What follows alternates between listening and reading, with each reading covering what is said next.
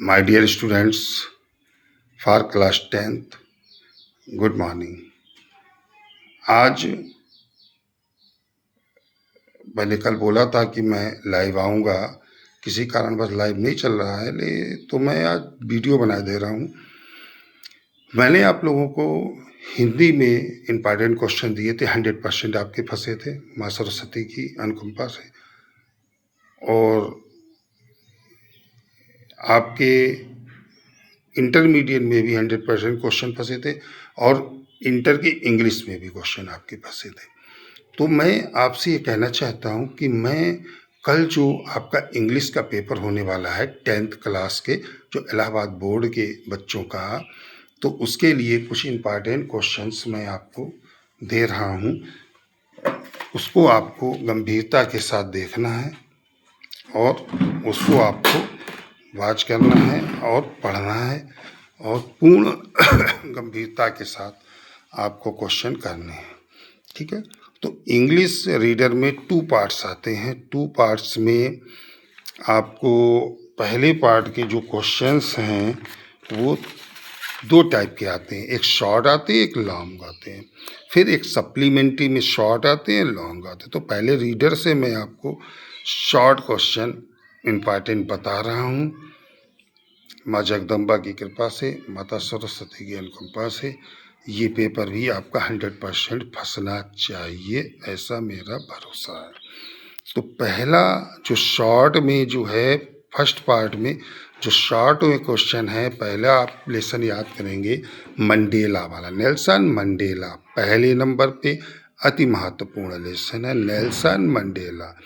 Second number पे जो हमारा इम्पोर्टेंट है एनी फ्रैंक वाला, ठीक है। और थर्ड नंबर पे कुर्ग वाला और फोर्थ नंबर पे गोवा ब्रेकर वाला, ठीक है। तो शॉर्ट में आपको 4 लेसन देखने हैं, Mandela, Anne Frank, Coorg and Goa breaker, 4 lesson short में, ठीक है। फिर लॉन्ग में आ जाओ, फर्स्ट पार्ट में लॉन्ग में आपको देखना है बल्ली वाला लेसन, नंबर 1 पे इम्पॉर्टेंट है, नंबर 2 पे बुद्धा वाला और नंबर 3 पे the T from Assam, the T from Assam. Long में पहले नंबर पे बल्ली वाला, सेकंड नंबर पे बुद्धा वाला और थर्ड नंबर पे द टी फ्रॉम आसाम। ये आपको फर्स्ट पार्ट में शॉर्ट में और लॉन्ग में क्वेश्चन थे इम्पॉर्टेंट पढ़ने के लिए। तो अब सप्लीमेंट्री की तरफ चलिए। शॉर्ट में कौन से लेसन आपको देखना है? शॉर्ट में आपको पहले नंबर क्वेश्चन देखना है थीव्स स्टोरी, यानी हरि सिंह वाला थीव्स स्टोरी, नंबर 1 पे इम्पॉर्टेंट है।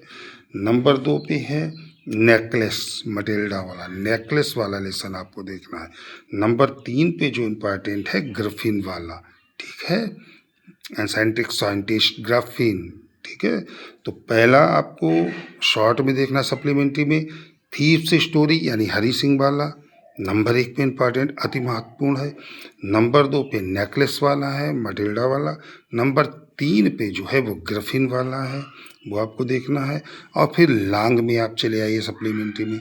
तो लॉन्ग में पहला आपको लेसन देखना है अति महत्वपूर्ण है नेकलेस वाला, नंबर 2 पे हरि सिंह वाला, नंबर 3 पे मेकिंग ऑफ ए साइंटिस्ट वाला, नंबर 4 पे ग्रिफिन वाला।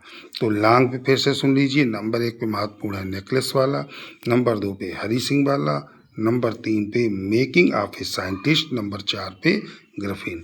तो इसमें कुछ ऐसे लेसन है जो दोनों में ही इम्पॉर्टेंट है। तो एक को आप याद कर लीजिएगा शॉर्ट, लॉन्ग आप बना करके कर लेंगे आराम से, कोई दिक्कत नहीं है।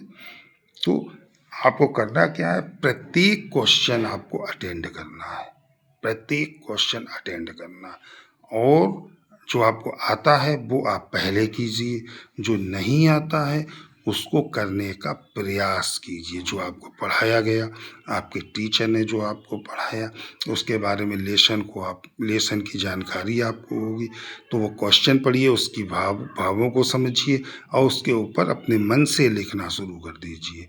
कोई भी एग्जामिनर आपको फेल करना नहीं चाहता। अगर आपकी कॉपी पे लिखा होगा तो आपको नंबर ज़रूर देगा। अब तीसरी चीज़ जो इम्पॉर्टेंट है, सेंट्रल आइडिया। तो सेंट्रल आइडिया में बेटा सबसे अच्छी बात यह है कि सबसे इम्पॉर्टेंट जो है मैं आपको दे रहा हूँ, जो 100% पे आने के लिए है इस साल, वो है ए टाइगर इन द जू। ए टाइगर इन द जू 100% पे आने को है, सबसे नंबर 1 पे। इसके साथ में 2 और आपको दे रहा हूँ, फायर एंड आइस का सेंट्रल आइडिया और डस्ट ऑफ स्नो का। इन 3 में से 2 तो मिलेंगे ही, हो सकता तीनों ही आपको मिल जाए। नंबर 1 पे a tiger in the zoo, number 2 पे फायर एंड आइस, नंबर 3 पे डस्ट ऑफ स्नो। ठीक है, ये 3 सेंट्रल आइडिया हमने आपको दिए। फिर एक 4 लाइन की पोएम आपको लिखने के लिए आएगी 3 नंबर में। तो मान लीजिए आपने 4 पोएम से 4-4 लाइनें याद की, ठीक है। तो मान लीजिए आपने 2 ही याद की, तो वही आ गई जो पेपर में है, तो आप लिखेंगे क्या? तो आप किसी भी पोएम की 8 लाइनें याद कर लीजिए। अगर आएंगी 4 लाइनें तो 4 जो नहीं आई वो आप अपने पेपर में लिख दीजिएगा, आपके 3 नंबर पक्के हो गए। ठीक है, इसके बाद में आपकी ग्रामर आएगी, आपको पढ़ाया गया होगा, उसको सोच समझ के करना। मैं आपको हार्दिक शुभकामनाएं देता हूँ कि आपका इंग्लिश का पेपर अच्छा हो। पूरे शाहबाद के बच्चों का, ये हमारा जो गेस है वो शाहबाद के हिसाब से है, लखनऊ और हरदोई और बाराबंकी के लिए नहीं। ये केवल विधानसभा शाहबाद के बच्चों के लिए है, उसी के अनुसार मैंने इस गेस को निकाला है। ठीक है, मैं एक सामाजिक कार्यकर्ता हूँ, भारतीय जनता पार्टी की कमेटी में नगर उपाध्यक्ष के दायित्व का निर्वहन कर रहा हूँ, और एक शिक्षक होने के नाते सभी बच्चों के हार्दिक शुभकामनाओं की कामना करता हूँ कि सभी बच्चे पास हों, अपने माता पिता और अपने गुरु सभी का नाम रोशन करें। धन्यवाद। Good luck my dear students.